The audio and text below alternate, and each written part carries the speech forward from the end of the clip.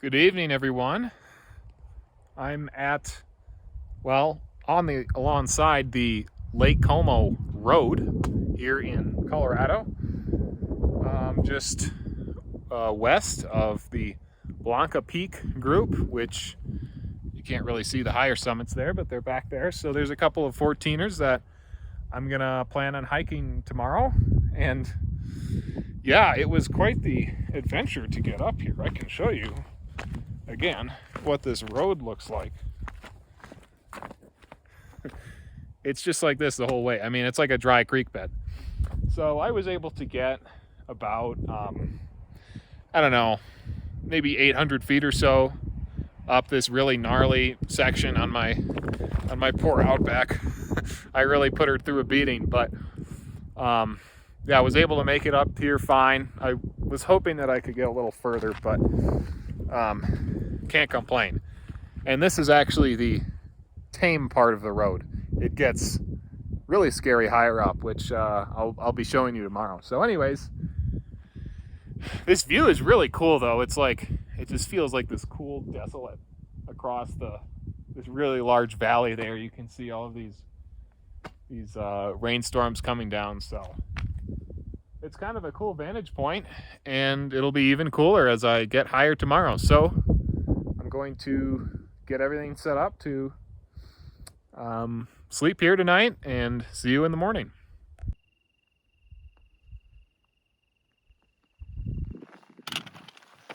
Good morning, everyone. Heading off and on this nasty road, which is no easier for hiking than it is for driving, that's for sure. But yeah, it was actually a really cool place to camp. I really got a sense of being alone above this big valley. So alone in a good sense, of course. So you don't get that often with 14er hiking areas because they're so popular. So that was nice to have.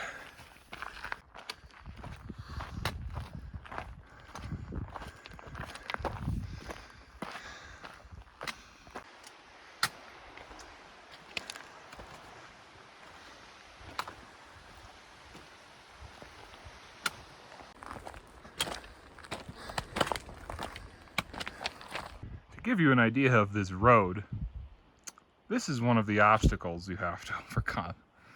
It's literally just a big chunk of rock, and you have to find some line over it. So I believe this is, these obstacles have names. I believe this is Jaws 2. So Jaws 1 I passed on the way up when it was dark, but yeah, imagine getting any kind of vehicle over this thing. Every time I show shots of this road, just remember that people drive up this. My understanding though is that it is a very special road for your off-roader, serious off-roader types.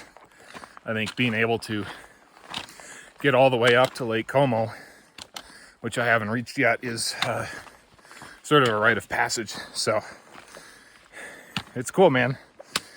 But I don't know, you need some kind of monster truck practically. I think people are able to take, you know, pretty hardcore ATVs or really specialized jacked up Jeeps up to the lake, but I'm having enough of time of just hiking it.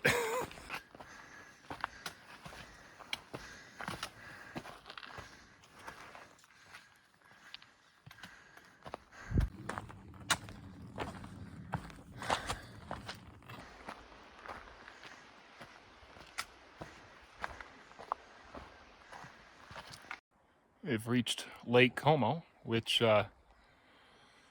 rumor has it that it was actually named after a certain disgraced former governor of New York, and they misspelled it and actually dropped the U. So I can't confirm or deny the veracity of that information, though.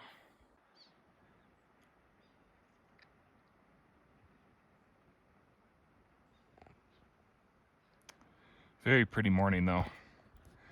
That guy there is Little Bear Peak, which is maybe the single most difficult and dangerous 14er to climb because, I don't know, it's one of these really steep rock gullies there that you actually have to scramble up to get up there. And it's really steep and slick and is basically a bowling alley for falling rocks. So that guy is definitely above my pay grade.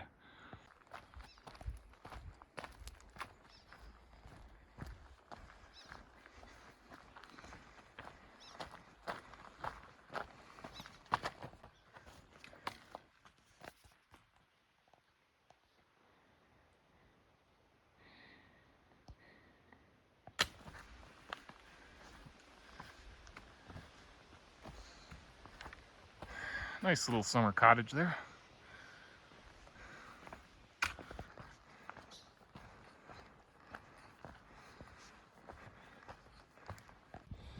The targets for today are finally coming into view. So we have Blanca Peak on the right there.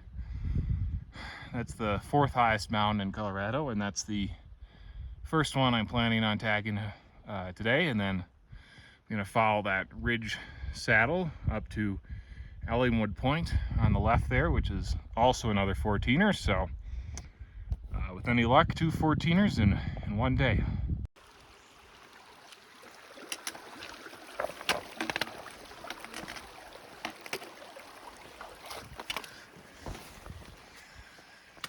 I am a little surprised that we still have like a road here. I mean, in terms of the width of it, it's definitely still built to be a road. So, but I'm pretty sure that the vehicles, at least nowadays, are supposed to stop back at Lake Como, which is a fair ways back by this point. But it is helpful for me though, because it gives me a lot more options in terms of ascending and staying on the trail.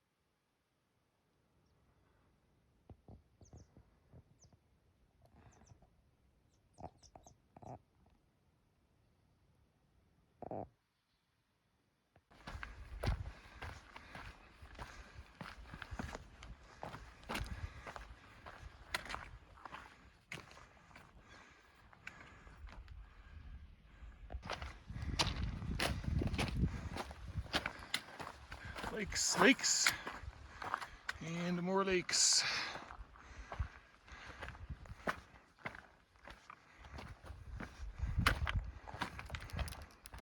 So now that we're in a talus field, this is what counts for a trail. Whew. Okay, about 1,000 feet below the summit of Blanca, which is right there. This section here has been definitely a slog. This whole trail has been pretty relentless. I mean, it's going to be over 6,000 feet of vert at the end of the day, all told. So yeah, but just gonna keep pushing here, and I don't expect this trail to let up and ease up and be a little easier on the feet, but that's fine. It'll be definitely have a lot more motivation once I get up to that ridge. Made it to that saddle between Blanca and Ellingwood, and you can see, well, maybe you can see the remaining route, but it just sort of follows the ridge up, and then summit should be right there. Sometimes you'll come up to these ridge lines and just get blasted by wind, but there is like no wind today, which is that's just fantastic.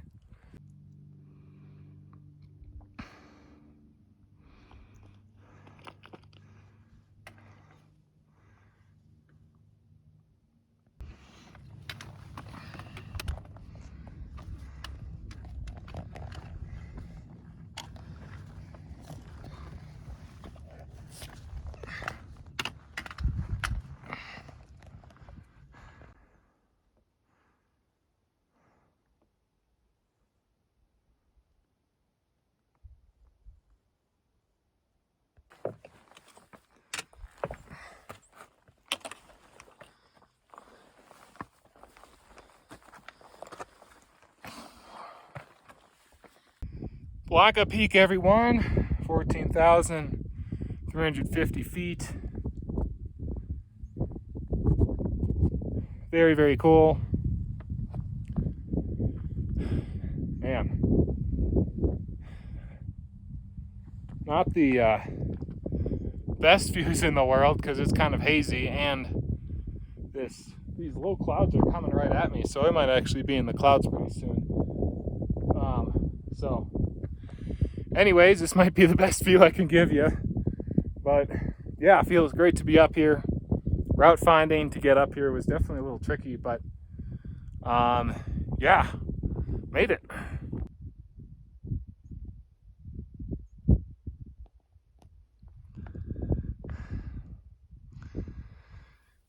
Way back over there, they're behind the clouds now, but the Crestone peaks are in that direction. I was there a few days ago, but you might be able to tell how really hazy it is on the horizon, probably some wildfire smoke and such, but yeah, not sure how long I'm gonna stay here. These cumulus clouds have been building, which doesn't bode very well for Ellingwood Point, which is over there. So yeah, we'll see. I'll definitely need to take a rest for a couple minutes up here, and then I have to get down to that saddle anyways, and then reassess from there.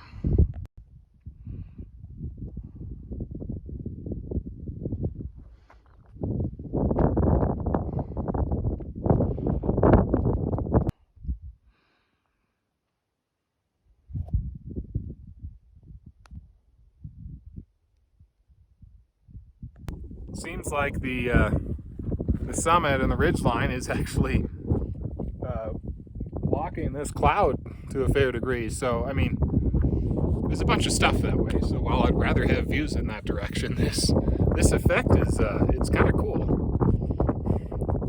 Okay, clouds have started to retreat a little bit, so I think I'm going to work on heading down, and we will see what happens.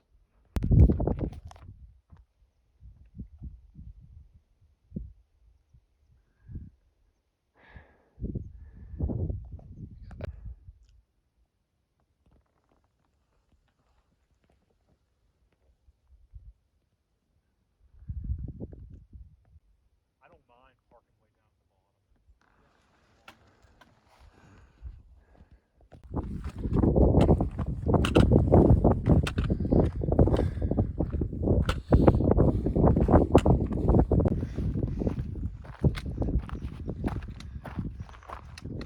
Okay, I'm back to where the trail begins to drop down, and I feel confident enough about this weather pattern.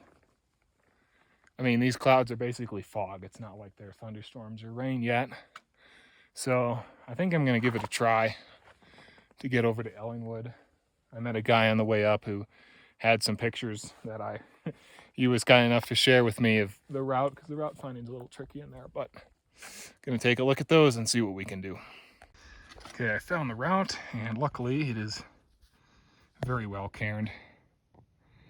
Maybe you can't see those, it all blends in, but yeah. So yeah, hopefully won't take too much longer and I'll be up there.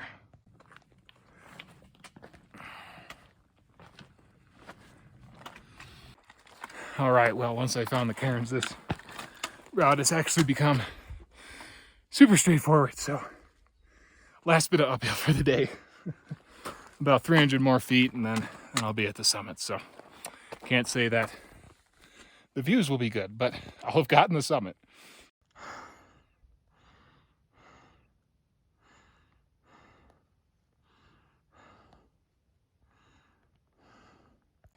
Last pitch here before the summit, I think. So just about there.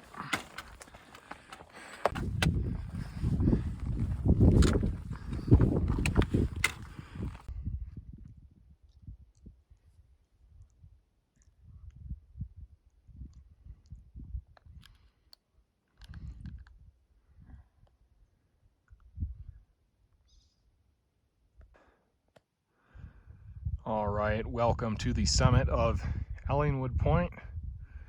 Second 14er for the day.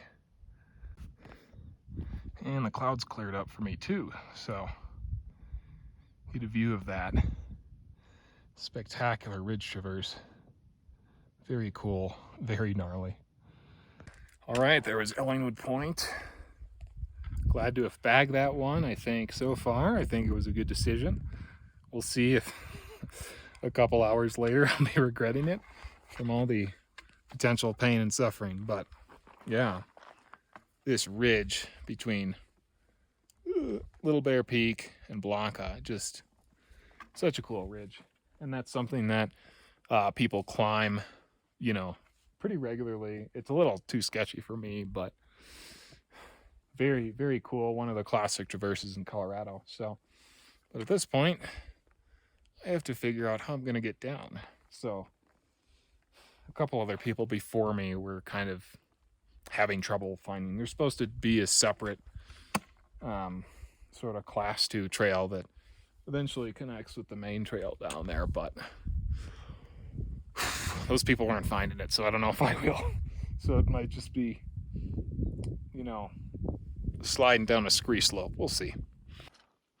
I think I found an abandoned mine shaft. Doesn't go very far, but heck of a place to try to come up and mine. Finally back on the trail, such as it is. Had to go through some nasty boulder stuff back there, but oh, I'm actually feeling pretty good, which surprises me because it's been a really long day and there's still quite a bit of more descent to go. But yeah, as long as I'm feeling good, it's good.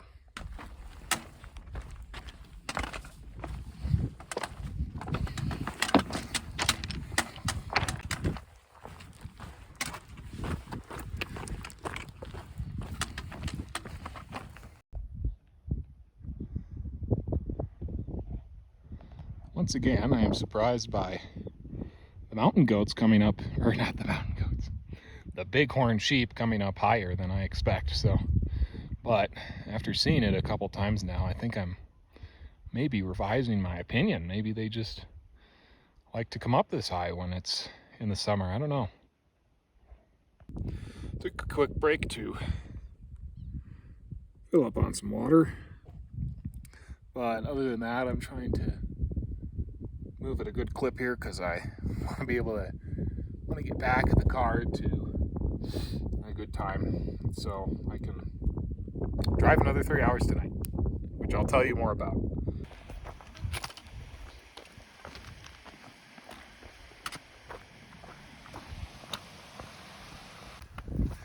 And back to the road.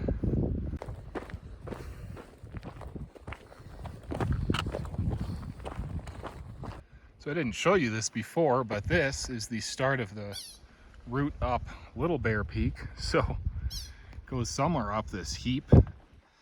And then that there is the gully that you follow up. So I think it's at least partially hidden, but yeah. Oh, you can, well, I can see someone coming down. I don't know if you can. Little figure right there. So anyways, that's the gully you climb, and then you drop down to the other side. And then on the other side of the ridge, take it all the way up there to the summit. So I don't know if I'll ever do that peak, but it is out there if I ever feel more adventurous. All right, back to Lake Como, which is named after the former Governor Andrew Cuomo, without the O. So if you didn't get that joke the first time, I gave you some time to sit in your misery. And I don't know if you can see, but you can tell the fish are biting in the lake, and hopefully the women are not. So to show you the kind of vehicles that are getting up there, these are some pretty modified Jeeps. I'm actually surprised they look less modified than I expected, but yeah, I mean, if you're a good driver, you can get just about anywhere. But yeah, minus the political jokes, this lake is very pretty, and yeah, you definitely see why you could just come up the road to camp here.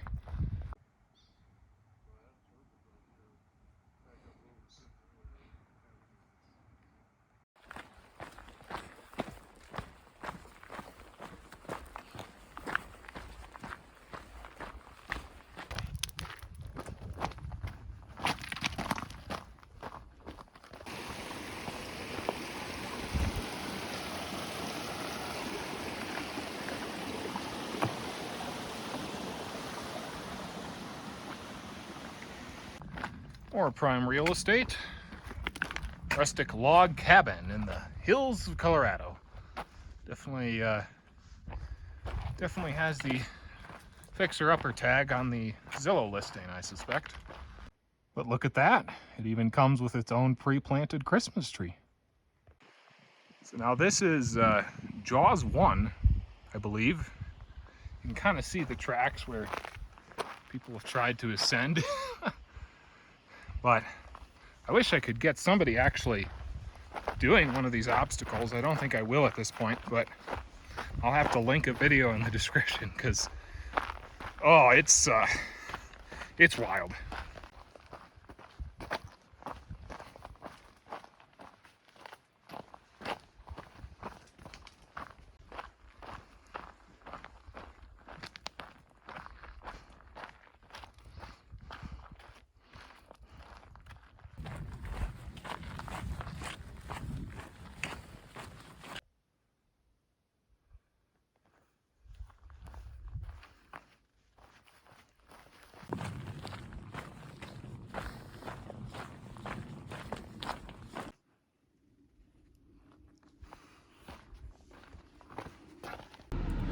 Blanca Peak, Ellingwood Point, completed. It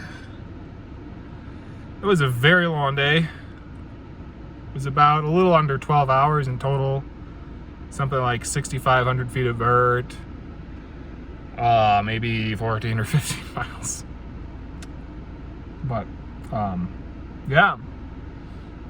But a very cool area. I mean, I've been going to all sorts of cool areas recently, of course, but I think every one of them is unique in their own way that I'm not conveying in words, but I hope the video sort of can help convey that and help you understand that. So yeah, I'm happy to have bagged both of those peaks. I honestly am, thinking more and more I might be back one day for Little Bear. We'll see. I would rather do it with other people. I don't think that's something I want to do solo, but yeah, and just this area looking out over the valley, like that, the San Luis Valley. I don't know, there's something really cool about it. It's just very vast, and yet it's bounded by mountains on all sides. It just has some sort of a really, I don't know. It has a certain appeal to it. So yeah, I think I will be back in this area to do something at some point. So, but for now, tomorrow, the reason I wanted to book it down here is because I'm going to go for Mount Elbert tomorrow morning, which is the highest peak in Colorado, second highest peak in the contiguous U.S. So I want to do that after all I did today. But Elbert is actually pretty easy as far as 14ers go. There's a very nice maintained trail all the way to the top. It's very popular because it's the highest peak in the state. So yeah, I'm going to make the drive over there and enjoy. And the most immediate challenge in front of me is, number one, eating in immense quantities of food. And secondly, girding my loins for the drive down this road. So wish me luck, and I'll see you in the next one.